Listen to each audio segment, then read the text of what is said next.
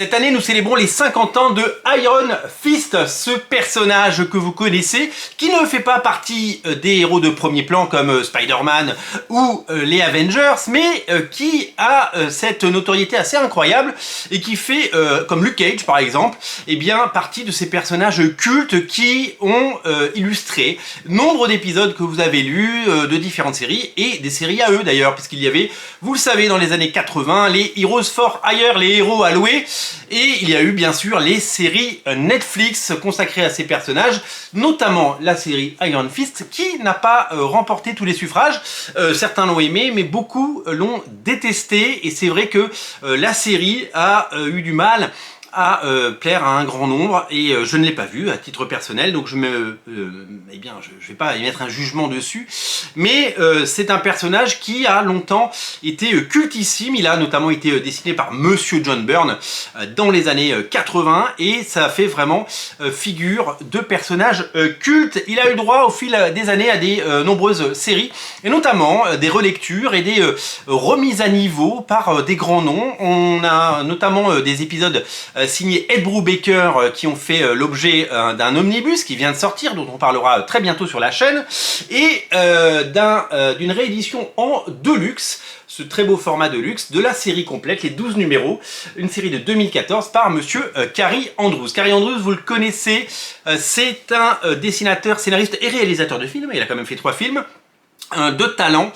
au style versatile. Il a fait du Ultimate X-Men, il a fait du Spider-Man récemment, du Amazing Spider-Man. C'est un personnage, c'est un auteur assez versatile qui est capable de tout dessiner. On attend de lui le Spider-Man Reign 2, vous le savez. Le premier est ressorti il n'y a pas si longtemps dans les collections à petit prix chez Panini, c'était l'année dernière, si je me trompe pas, et le volume 2 arrive aux États-Unis cet été.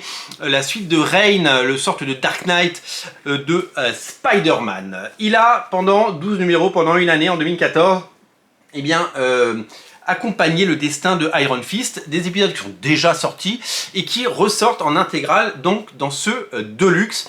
On se réjouit parce que l'édition est somptueuse. Dans ce Deluxe, vous allez retrouver l'intégralité de la maxi série, les 12 numéros, scénarisés et dessinés par Cary Andrews.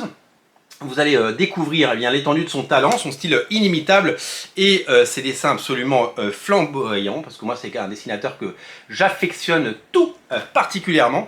C'est vraiment un créateur que je trouve fascinant. Il a un style de dessin absolument génial. Et c'est vraiment une révélation pour moi. J'espère que graphiquement c'est quelque chose qui vous plaira. On suit évidemment le destin de Danny Rand. Danny Rand, il a pris ses pouvoirs un petit peu comme Doctor Strange dans les hauteurs de l'Himalaya. C'est là qu'il est devenu le héros au point de fer que nous connaissons et revenu à New York, puisque c'est un jeune playboy millionnaire façon Tony Stark. Eh bien, il a pendant très longtemps vécu à New York et rendu la justice là, soit avec Luke Cage, soit dans les pages de Daredevil notamment. On l'a beaucoup vu, il a même pris le costume de Daredevil pour rendre service pendant quelques temps. Je crois que c'était pendant l'ère Brubaker, si je me trompe pas. Et donc, Danny Rand, il est à New York, il est pépouze, etc. Mais le destin va le ramener là où il a été formé, il est devenu l'homme qu'il est devenu.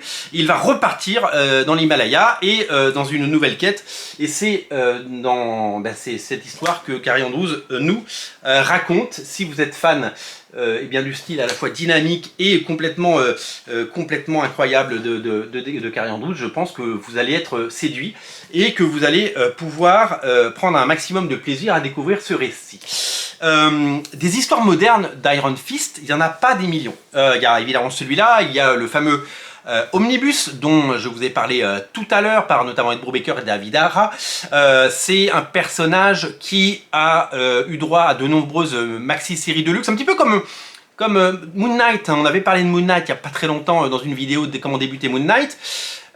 C'est assez étonnant de voir que le personnage a toujours été présent, il a toujours fait partie du panorama Marvel, il a toujours fait partie du paysage, dira-t-on, mais il n'a jamais été un personnage de premier plan, il n'a jamais dirigé une équipe. Il a été évidemment dans les Defenders, mais voilà, c'est pas comme Captain America ou Iron Man à la tête des Vengeurs ou Cyclope à la tête des X-Men, vous voyez. C'est un personnage solide, un personnage que les gens apprécient, c'est un personnage culte, un personnage dit comme Moon Knight qui a eu droit à plusieurs réinventions, plusieurs histoires cultes et notamment quand il a été pris sous l'aile de grands talents comme Carrie Andrews ou Ed Brubaker qui ont voulu évidemment, ou Brian Michael Bendis en son temps, qui ont voulu faire de ce personnage un personnage important et le mettre à la hauteur du rang qui lui est dû. Voilà.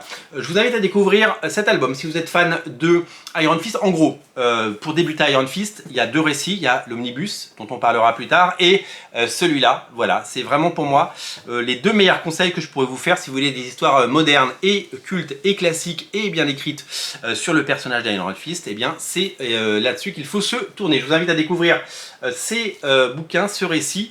C'est disponible dès à présent chez vos libraires préférés. N'hésitez pas à le feuilleter si vous passez en librairie ces jours-ci. En tout cas, moi je vous le recommande. C'est recommandé par Radio Comics. Salut!